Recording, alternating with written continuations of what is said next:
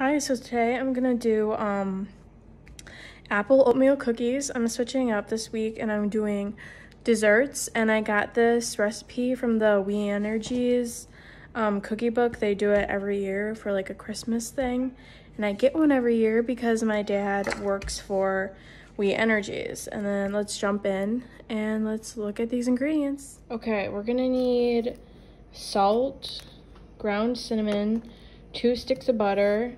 You're gonna need instant oatmeal. I couldn't find regular, so I'm just doing maple and brown sugar. You're gonna need apples. You're gonna need enough for a cup. It doesn't specify in the recipe how many apples you need or what kind either, so I'm just gonna do Granny Smith. Then you're gonna need flour, brown sugar, 2 eggs, raisins, baking powder, and baking soda.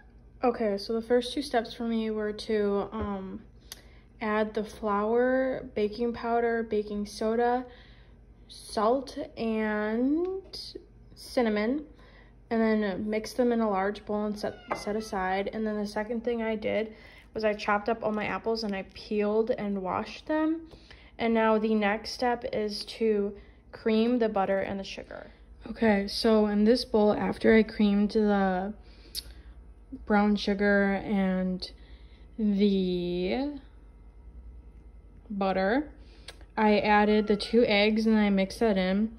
And here is the oats, the raisins, and the apples all in the mixture. Then I'm gonna take this flour mixture and put it in there in parts, and then we can start the baking process.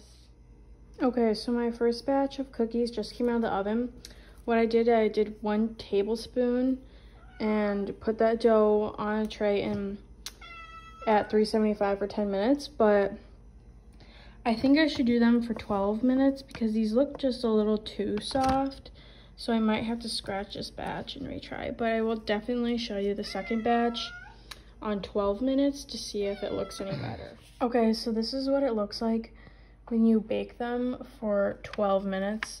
They look a lot better and less wet, and they have more of a crisp, like, browning around the sides to them. So my tip is, if you do make these, make sure you put them on for 12 minutes.